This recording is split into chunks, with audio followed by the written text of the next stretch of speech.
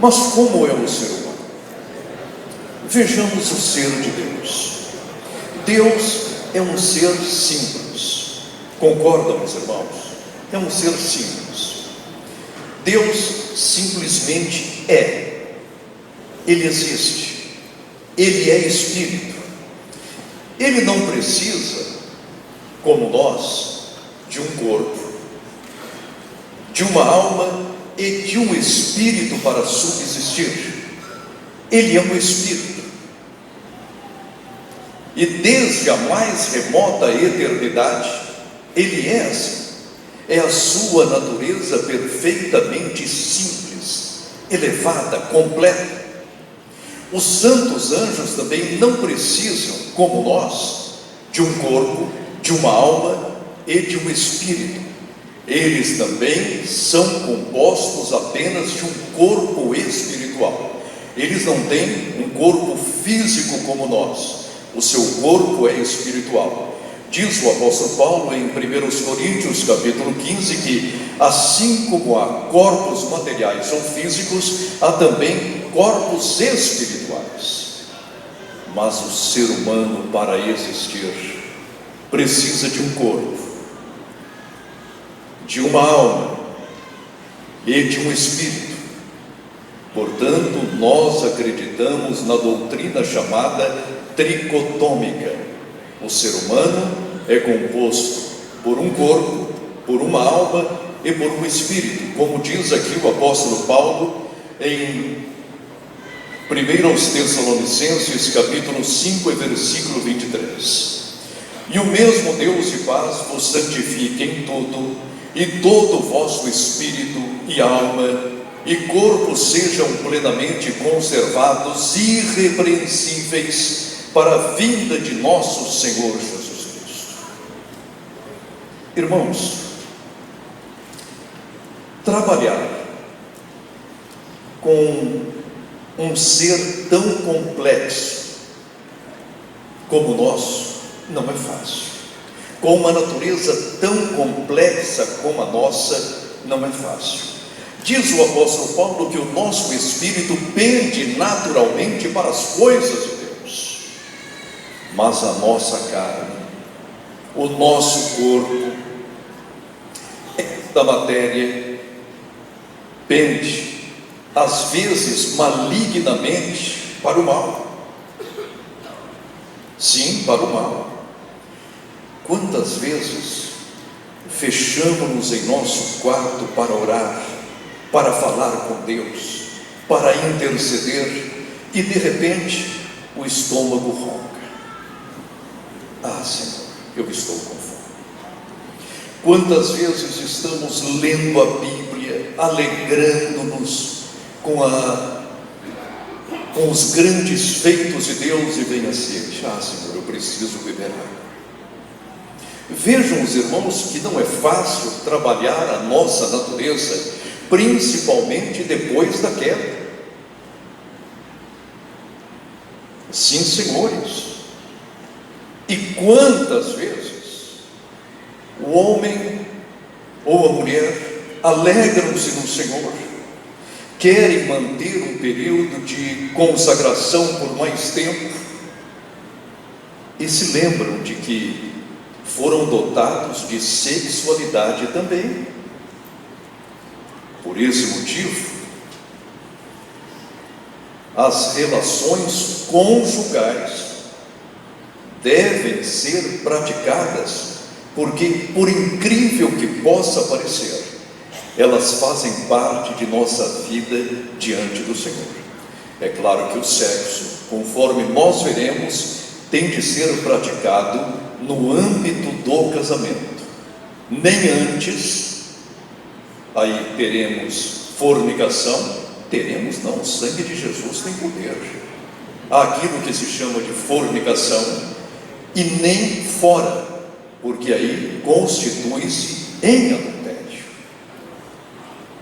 Então, essa é a nossa natureza: corpo, alma e espírito.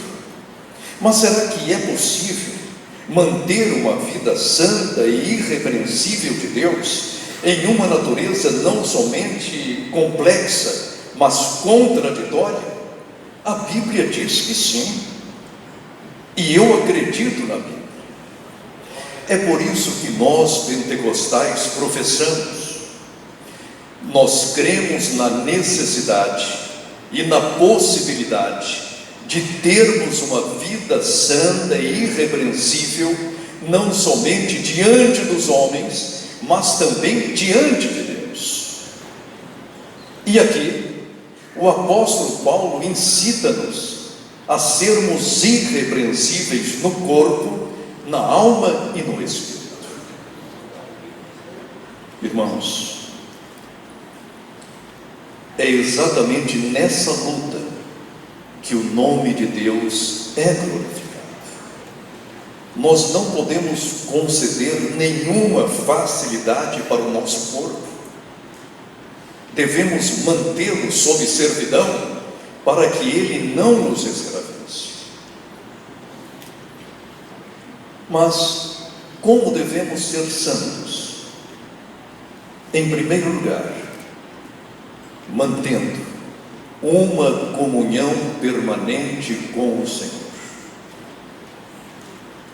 orando sempre, em todo o tempo, em toda hora, não somente naqueles momentos de devoção em nosso quarto, em nosso recanto de oração, mas também fora dela, porque enquanto estamos em nosso cantinho de oração, nós desfrutamos de Deus, e é algo maravilhoso.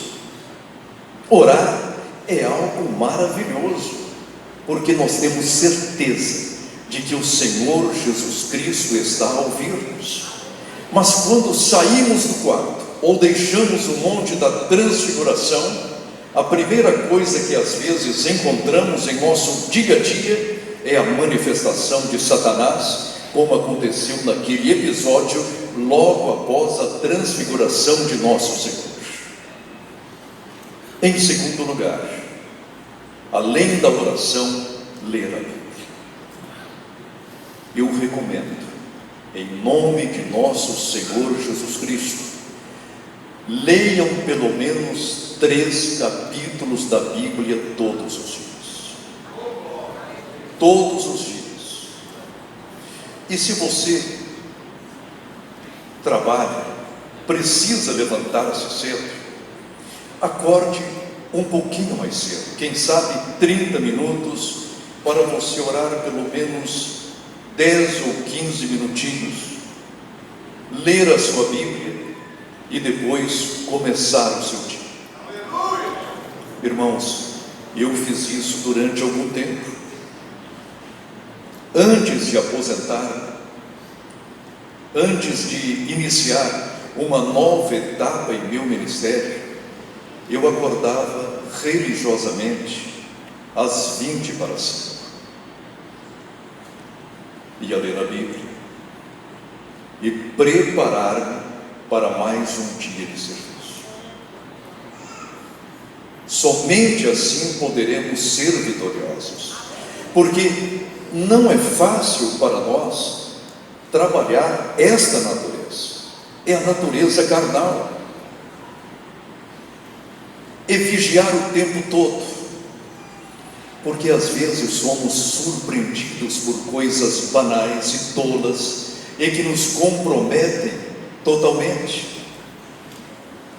E aos casados recomendo eu, mantenham uma vida conjugal regular, conforme admoesta-nos o apóstolo Paulo na carta de 1 Coríntios capítulo 7, porque a nossa vida de santidade e pureza passa também por uma vida conjugal rica e abençoada. E aos jovens que vão se casar, casem-se, sejam felizes. Hoje eu vejo que muitos moças e moças deixam o projeto de casamento para depois dos 30 ou 40 anos. Você está perdendo o melhor de sua vida. Case-se cedo. para as senhoritas que têm um projeto de estudo, um projeto profissional, coloque o projeto divino acima de todas as coisas, que é ser esposa e mãe. Quanto ao seu projeto profissional, o Senhor vai abençoá-la. Você não ficará frustrado, mas esteja em casa até que os seus filhos cresçam. E enquanto isso, para você não perder preciosos anos quanto à aposentadoria, pague a sua aposentadoria como autônomo. Mas eu gostaria que os jovens da igreja se casassem cedo. Eu estava conversando com uma enfermeira e ela me disse que em algumas empresas públicas ou privadas encontra-se com mulheres de 40, 38 ou 45 anos que resolvem ser mães, e o resultado às vezes é trágico: crianças nascendo com deficiência. Irmãos, o que está acontecendo com os nossos lares hoje? Eu vejo muitos casais com um filho, outros com nenhum filho, mas 2 cachorrinhos em casa.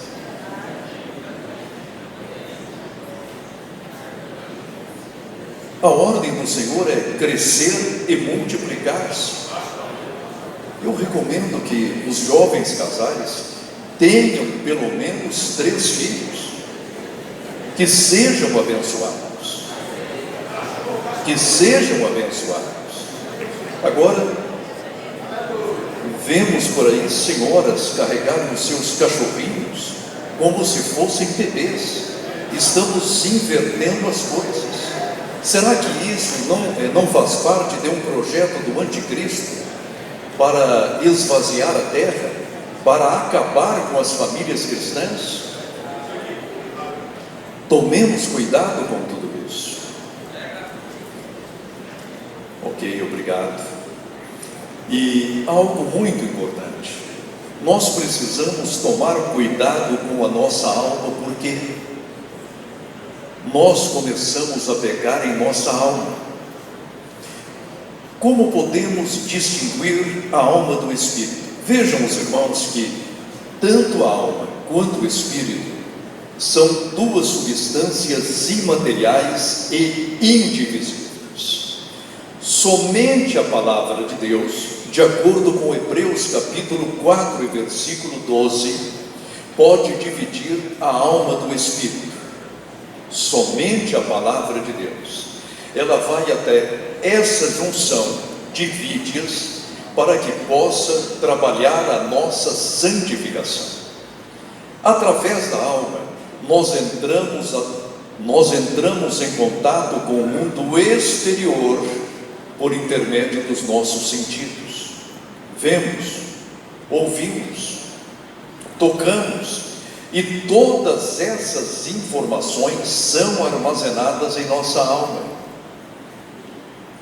E a concupiscência dos olhos, a concupiscência da carne e a concupiscência, ou orgulho, ou a soberba da vida, alimentam também a nossa alma. E o resultado é que uma alma cheia de coisas ruins, de pecado, fazem com que o nosso espírito morra diante de Deus, enfraqueça-se, porque é por intermédio do Espírito que entramos em contato com Deus e com as coisas espirituais. Qual a recomendação? A alma que pecar, essa morrerá. Então, tomemos cuidado com aquilo que vemos. O crente não pode ser escravo da pornografia, das novelas, de filmes, de peças de teatro. O crente não pode ser escravo de nenhuma concupiscência dos olhos, porque morrerá espiritualmente. E nem de ouvir mentiras, calúnias, intrigas, porque o nosso espírito morre.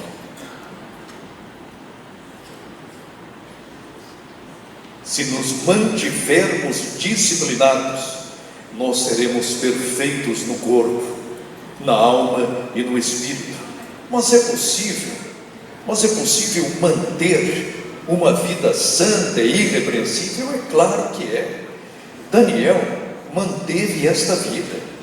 José, Noé, o profeta Jeremias, os santos apóstolos. Será que é impossível apenas para nós hoje?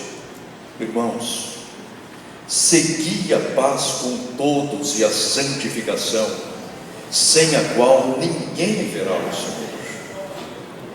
Eu dou graças a Deus por estar falando a uma igreja santa, conservadora e muito bonita. Eu me sinto bem aqui, não sei porquê. Eu vejo aqui uma autêntica Assembleia de Deus. Mantenham-se assim. Cuidem dos bons costumes, da moral, da postura cristã. Mantenham-se puros diante de Deus. Nós temos uma tarefa tripla: cuidar do corpo. Não é fácil. Cuidar da alma é mais difícil ainda. E cuidar do espírito, meu Deus, que atividade dificílima. Mas como cuidar do espírito? Para os que já foram batizados no Espírito Santo, existe uma arma que eu considero infalível: orar em línguas estranhas, baixinho, em seu gabinete, em seu quarto. Quando oramos em línguas estranhas, o nosso espírito é fortalecido, e a força espiritual vem de dentro para fora, sai de dentro de nosso mais profundo interior e fortalece-nos de maneira maravilhosa. Que Deus nos abençoe.